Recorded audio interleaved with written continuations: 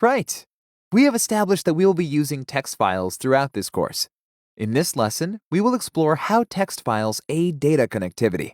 Now, data connectivity is not such a straightforward topic.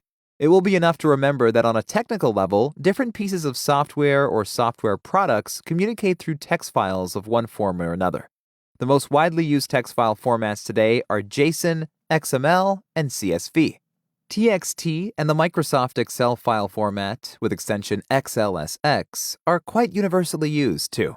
Since almost every software today uses text files to communicate with other software, I find it fundamental for anyone working with data to have a better idea of what text files look like and what their functionality is.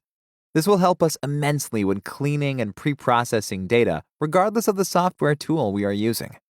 Okay, while working with Python, we will normally focus on CSV, JSON, and sometimes XLSX.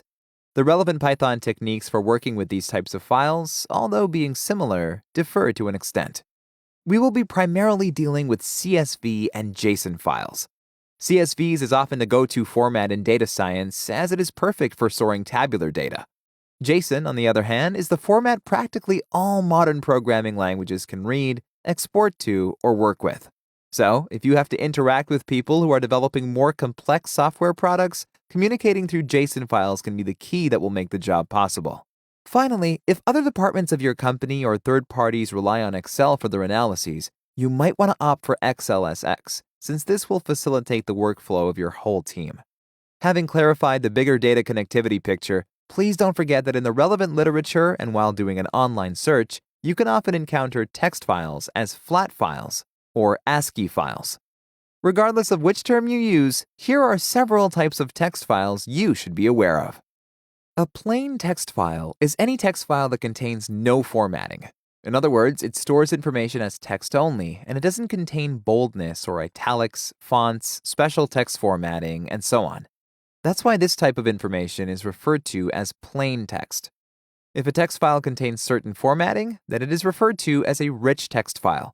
It supports text formatting and alignment, as well as pictures, shapes, and more. In fact, such type of file is created by a word processor such as Microsoft Word, as opposed to a text editor such as Notepad. It is also called a document. That's why Microsoft Word files have file extensions such as doc or docx, because they are documents containing formatted text. Obviously, when we are working in Python, rich text files are not going to be of interest. All that matters is how we can handle plain text files. In the meantime, the organization of the information in a text file can be a little more interesting than what you might initially imagine. This will be the focus of our next lectures.